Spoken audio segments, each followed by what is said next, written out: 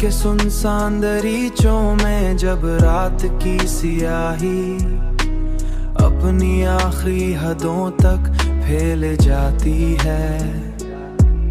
और खामोशी हर आवाज को अपने अंदर दफन कर देती है, अपने ही अंदर दफन कर देती है। तुम माज़ी के बिखरे हुए लम्हे आस्तां आस्ते मेरे वजूद में सांस लेने लगते हैं। उन्हीं लम्हों में तुम्हारी मुस्कुराहट की रोशनी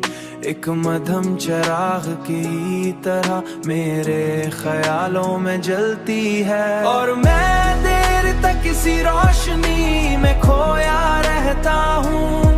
सोचता हूँ कि मोहब्बत शायद वही राज है जो इंसान को खुद से भी अजनबी बना देता है, खुद से भी अजनबी बना देता है। तुम्हारी आवाज की मध्यम बाज़ गश्त आज भी